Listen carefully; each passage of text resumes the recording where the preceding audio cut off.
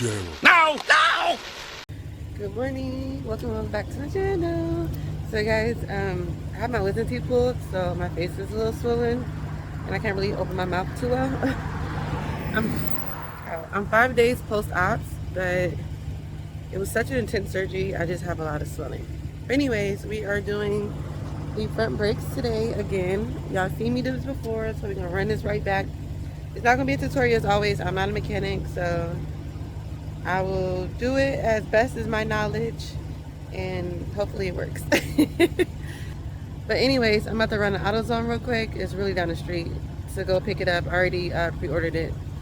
So yeah, let's go. Guys, it's not too cold outside.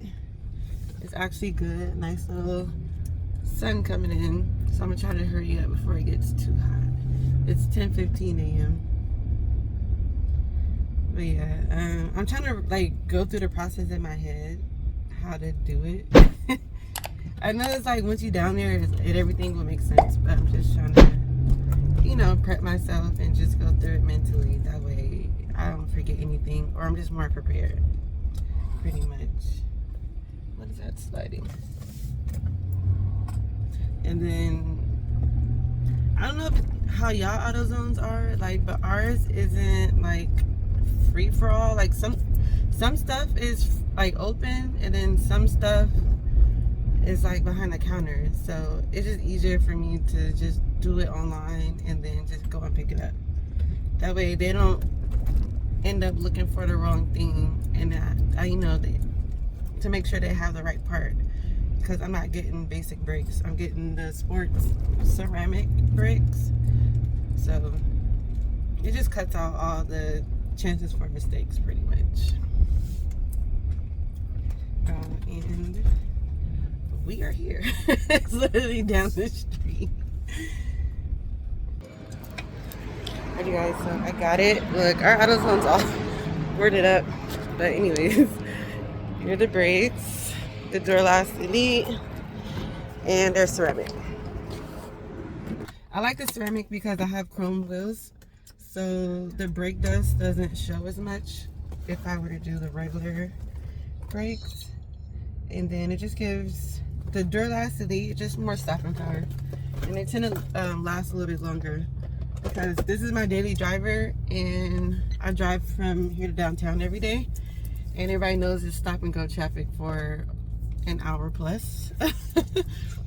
So I'm on my brakes a lot, and then not to mention if I'm towing or anything, just extra stopping power.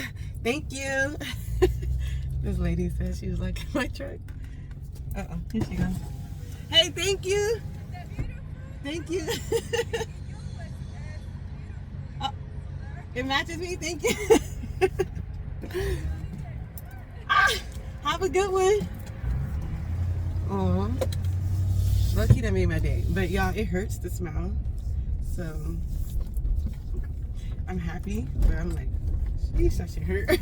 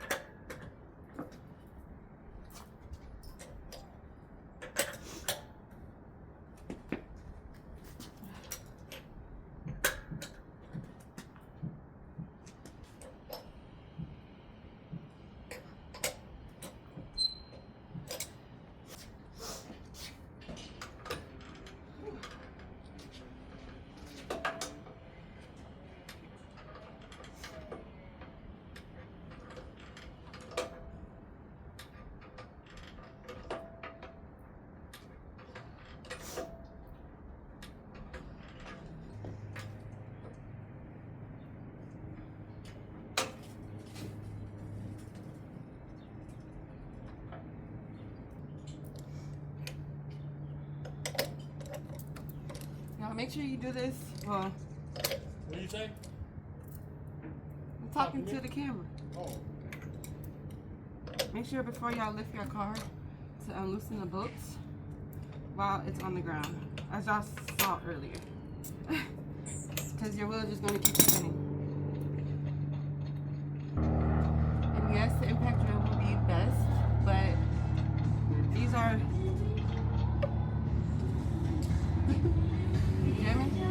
powder coated, so I can't, it'll chip it. So I gotta use the breaker bar.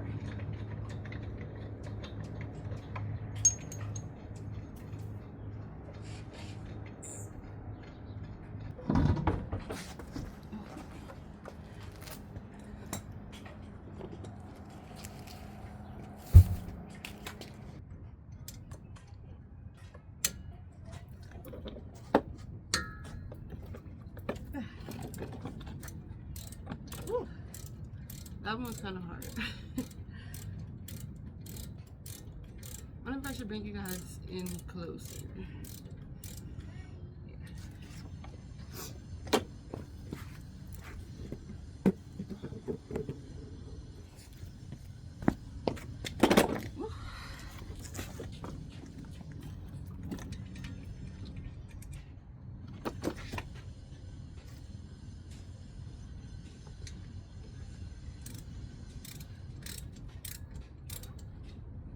And guys, just remember the righty-tighty goes the way, righty-tighty, lefty-loosey goes the way the bolt is facing. So since these bolts are behind me, facing the other direction, I was loosening to the right.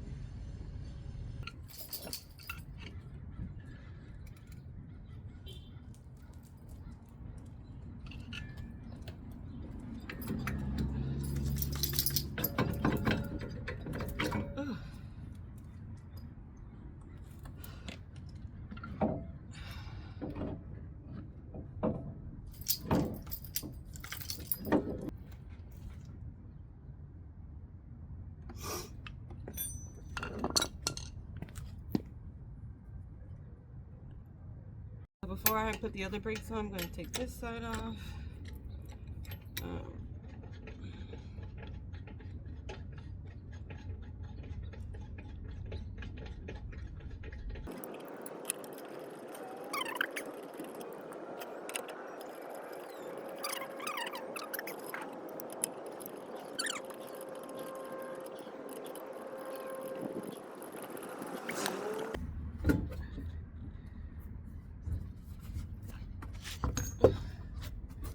Big mama.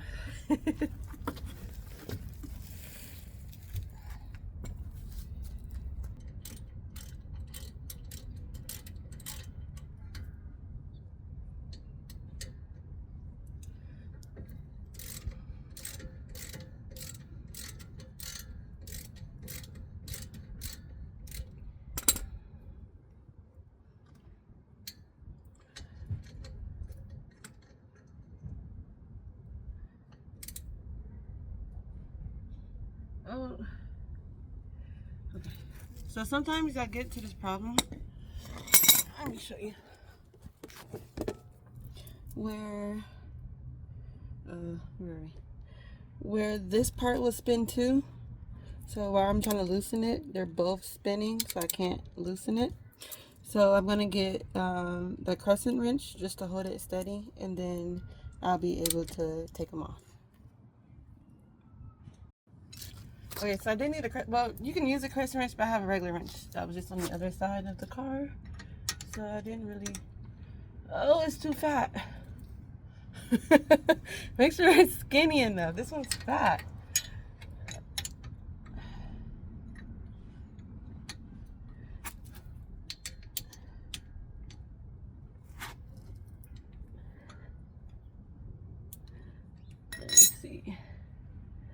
Okay, I was able to put enough pressure on it so I can get it off.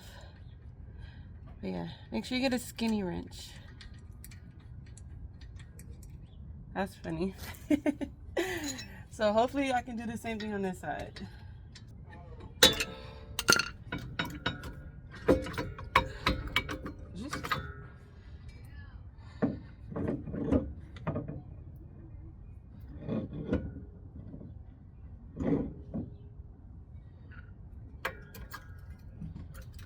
So dramatic.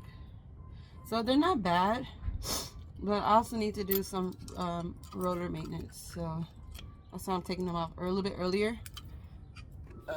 They were squeaking, so I knew it was a rotor issue. So I may need to replace the rotors if I can't jerry rig them. Be right back. I'm gonna put the old brakes back on because there's nothing wrong with them. It was a rotor issue. So I'm gonna address this in a later day. But my dad did do something to it. So yeah.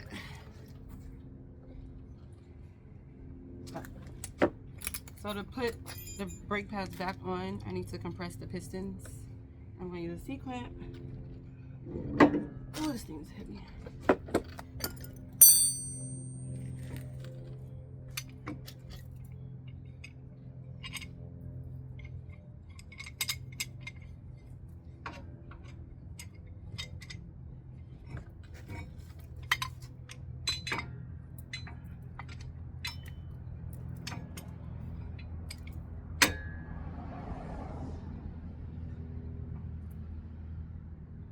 So to do this, you want to go just slow. Don't hurry up and squish it down because the fluid can go back up.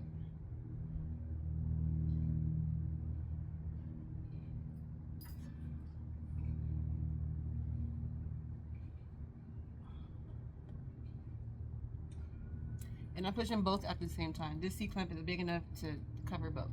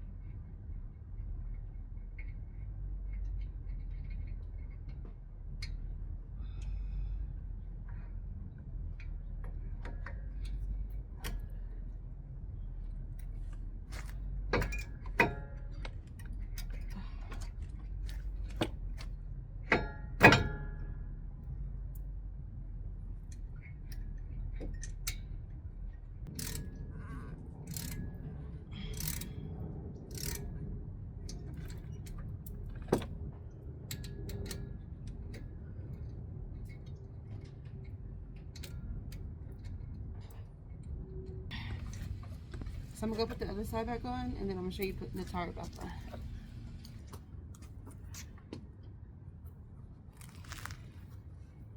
So here's a little trick for the girls. Our strength is in our legs, right? So you straddle the tire and get it just about right? But you want to put your knees on the inside of the tire and lift up with your thighs. Then you can guide it with your hands. That way you're not trying to like be bent over and you can't really see.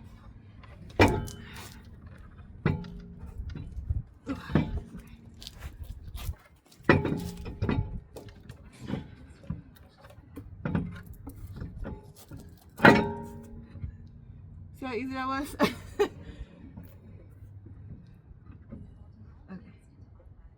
Boom. That's all you have to do.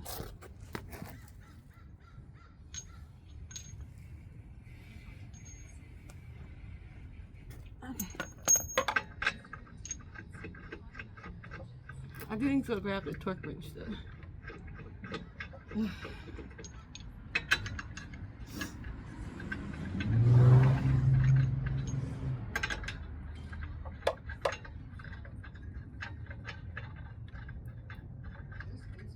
Just remember when y'all tighten these down to do it in a crisscross pattern. So always do the one, or it'll be a star pattern for this one since there's 5. So whichever one you start with, you're gonna go directly across, and then across from that one, and across from that one, like that.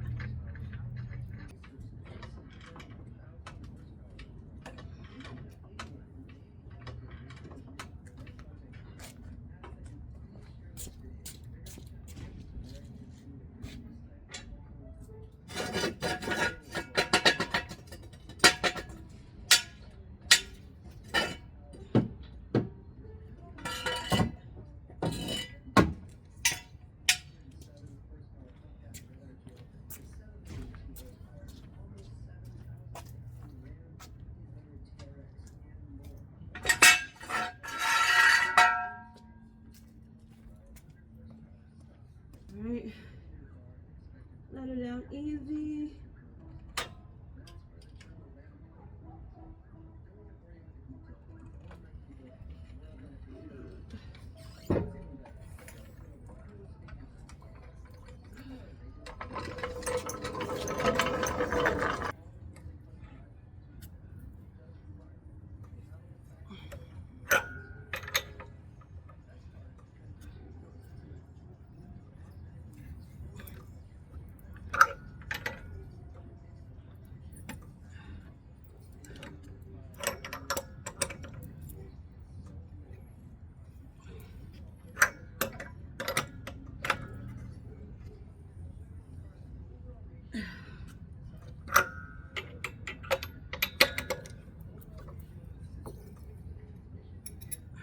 Here's a torque wrench, if anybody's ever seen one before or not. So for my specifications, it's to 130 pounds. So, oh, where's the other key?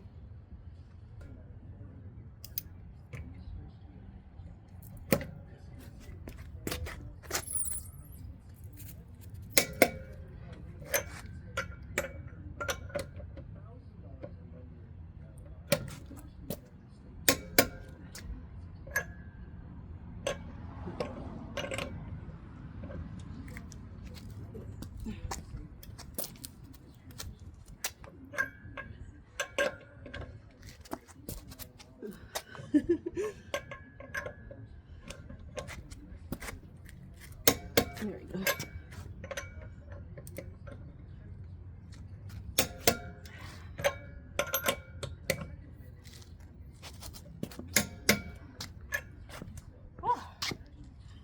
And so I'm going to do the other side and then wrap it all up. Whew. So I'm going to get inside and pump the brakes.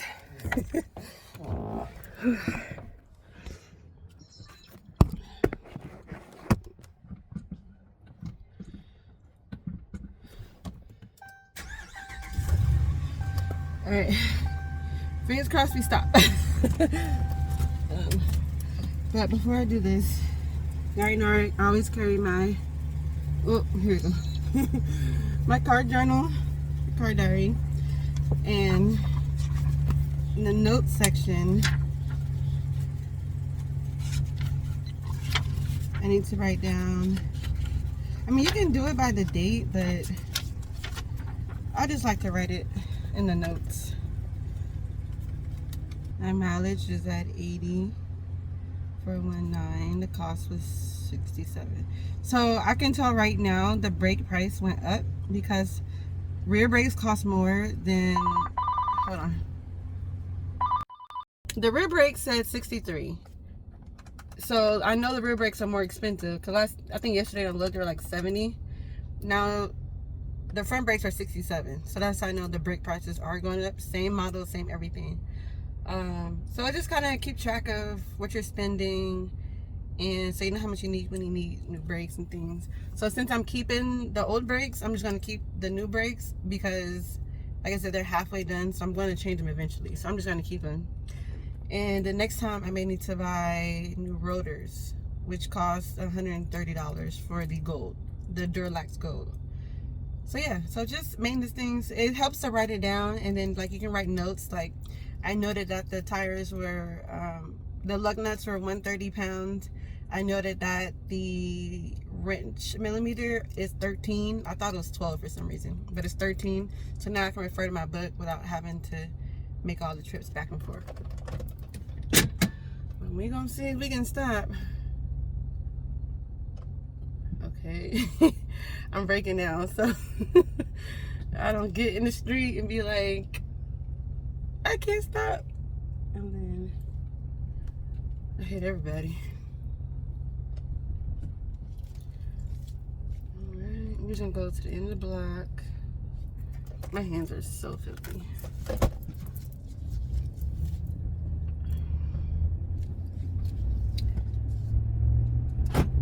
So, even though I grew up in a do-it-yourself household, like from my grandpa, from my dad, it's easier for me to grasp things as far as working, like using my hands and things. But I promise you guys, with practice, and I always have the books.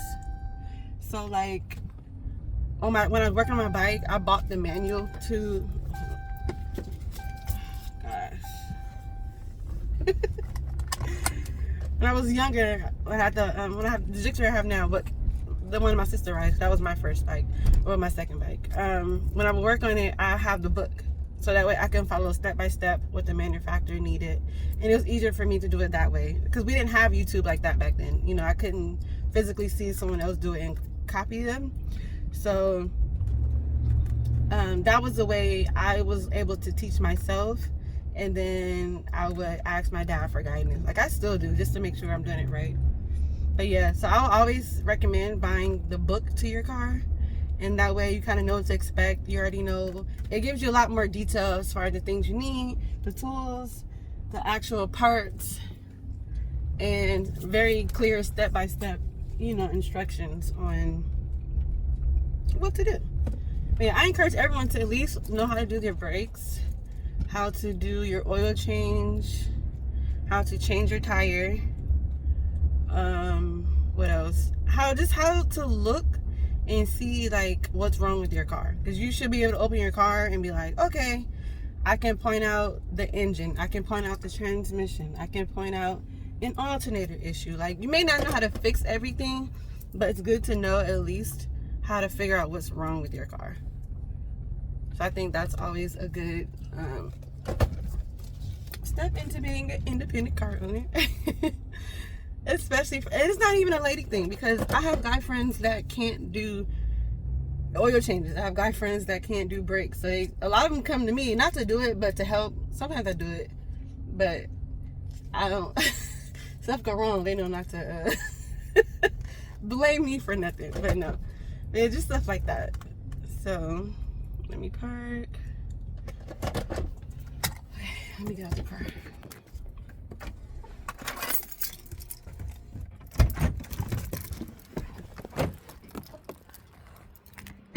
Say oh to my son. With that being said, thank you all for watching, and I'll see you next one. Bye.